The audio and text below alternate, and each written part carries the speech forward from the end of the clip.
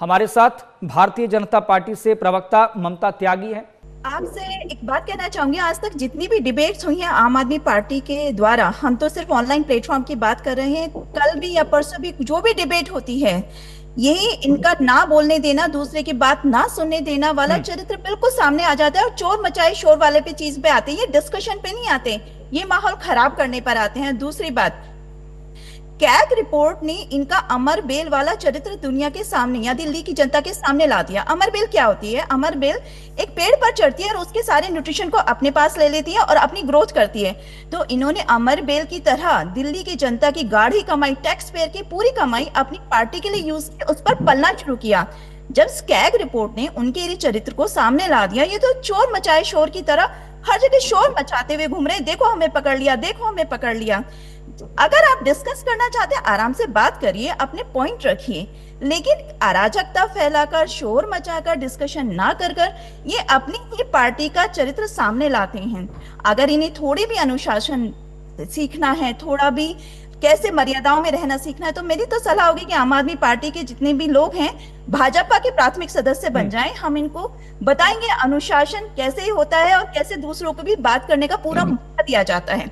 रही बात CAG report की, आम आदमी पार्टी के मुखिया केजरीवाल जी, ममता त्यागी, बात सदन की नहीं है। मैं आपको बस एक बार बीच में रोकना चाह रही हूँ कि इस बात सदन की नहीं है। हर डिबेट में ये हाल होता है, जब ये बोल रहे होते हैं हम चुपचाप सुनते हैं, लेकिन जैसे ही हम इनकी सच्चाई सामने लगते हैं, इन्हें इतनी मिर्ची लग जाती है, इतनी मिर्ची लग जाती है कि हाय हाय करने पे आ जाते हैं और तो और क्या, दूसरे की बात भी पूरा नहीं करने देते, इसलिए पूरी तरह अनुशासनहीन व्यक्ति की तरह बिहेव करते हैं।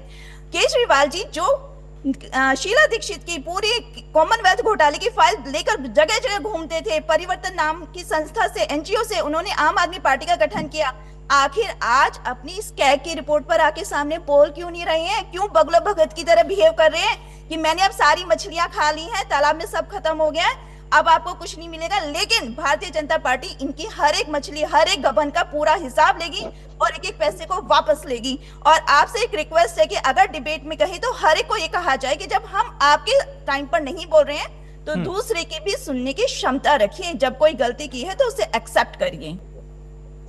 देश की जनता ने, दिल्ली की जनता ने भारतीय जनता पार्टी को क्यों चुना? इसलिए चुना कि इनके जो झूठे कारनामे थे वो दिल्ली की जनता के सामने आ गए और उन्होंने कहा कि ये तो बहुत बड़े झूठे हैं।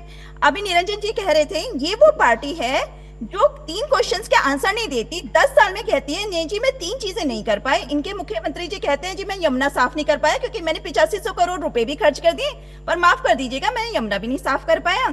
मैं आपको सड़कें भी अच्छी नहीं दे पाया, मैंने पैसे तो खर्च कर दिए पर वो कर नहीं पाया।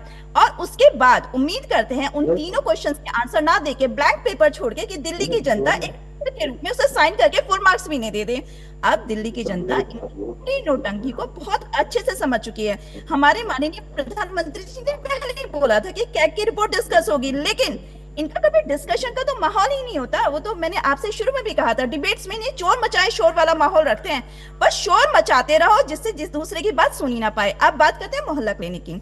मैं खुद डॉक्टर हूँ, गायनेकोलॉजिस्ट हूँ। वो मोहल्ला क्लिनिक किस काम का जिसपे पल्स ऑक्सीमीटर ना हो?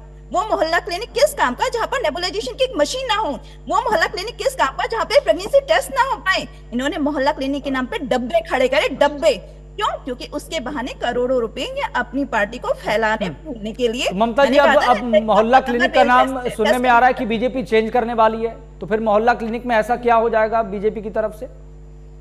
उसमें चीजों का अपग्रेडेशन होगा, जो चीजें नहीं है उनको ऐड किया जाएगा, जैसे भी हम मैनेज कर सकते हैं उसको कोशिश करेंगे। उनमें फ्रीज तक भी नहीं है, उनमें चीजें ऐड की जाएंगी। जो पैसा इन्होंने साइड लाइन से अपने पास पहुंचाया है उस पैसे को वापस लेके मोहल्ला क्लिनिक को अपग्रेड किया जाएगा। दूसरी बात, लोकनायक हॉस्पिटल की और जीटीबी की आपको बात बता दूं, पिछले 3 साल से इन दोनों बड़े हॉस्पिटल्स को एक ही मेडिकल सुपरिटेंडेंट चला रहे हैं। एक हॉस्पिटल जिसमें कम से कम 50 से ज्यादा ओपीडी देखी जाती है, सिर्फ एक। ये 3 साल में अगर इनकी इच्छा होती ना सरकारी तंत्र को ठीक करने की और सरकारी सुविधाओं को अपग्रेड करने की, तो कम से कम मेडिकल सुपरिटेंडेंट तो 2 दे देते, उसमें तो कोई खर्चा भी नहीं था।